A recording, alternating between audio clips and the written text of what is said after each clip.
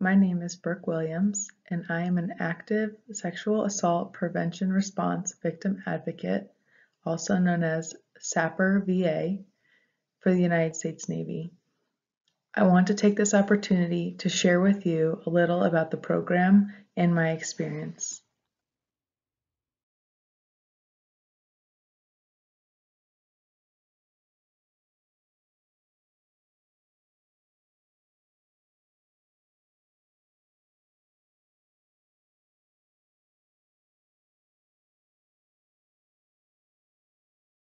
Why I chose to become an advocate. During my college experience, an underclassman asked to go for a walk with me to ask my advice on a particular situation. I figured it had been a roommate issue or a problem with a teacher. However, when we had gotten out of earshot of other individuals, she broke down crying. And in that moment, I already knew I had failed her. I had attended lectures on sexual assault. I had gone to trainings, yet I hadn't really, truly listened.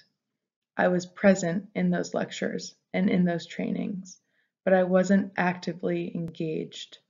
Because it had always been something that was so distant from me, it had always been a problem I never thought I would have to face. How could I fail in this moment?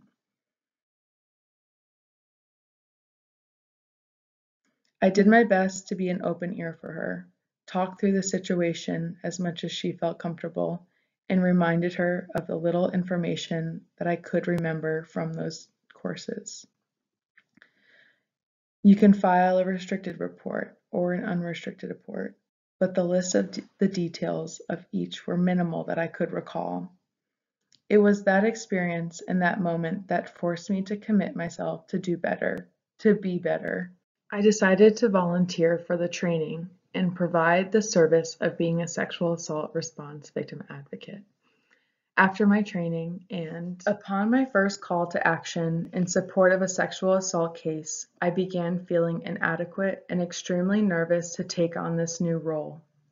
Despite going through over 40 hours of in-person training and conducting additional training throughout the year to keep my certification currency up, I still felt unprepared. But my role was to be an open ear and actively engaged in providing the options available and the guidance throughout the process. We discussed what the future might look like with each option placed in front of them. My role was to help the individual navigate through the situation. We couldn't go back and change what had happened, so we had to find ways to look forward and continue working on redefining what that new path forward would look like. And a lot of what I did was just creating a safe space for the individual to talk, cry, and sometimes just sit in silence, knowing that I was one of few people who truly understood the situation and why things looked a bit different from the outside. We talked about how to handle how others perceive the situation without knowing what happened and what else was out there for resources to help the individual through this challenging time. The experience taught me that a safe space comes in variable forms.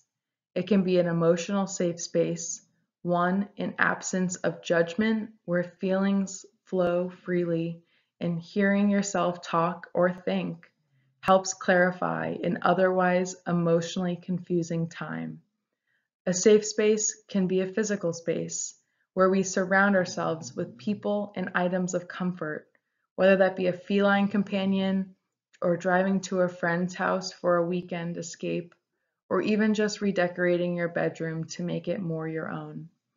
And a safe space can also be a mental space, one where meditation becomes a routine to encourage healthy mental state, where taking yourself off of the typical work routine for a few days or weeks acts as a reminder that things aren't normal, and that's okay.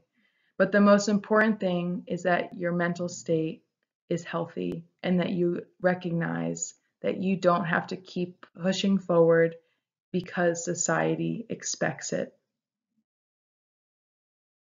The final text was a simple yet beautiful. thank you, followed by, and I never would have thought that what I needed the most was someone to listen to me and remind me of my worth. Advocacy often looks and feels different, but the important thing is recognizing that everyone can be an advocate, whether it be through education and training, providing services, or awareness through dance. We each have a role to play. The key is recognizing when it's our turn to step up and act.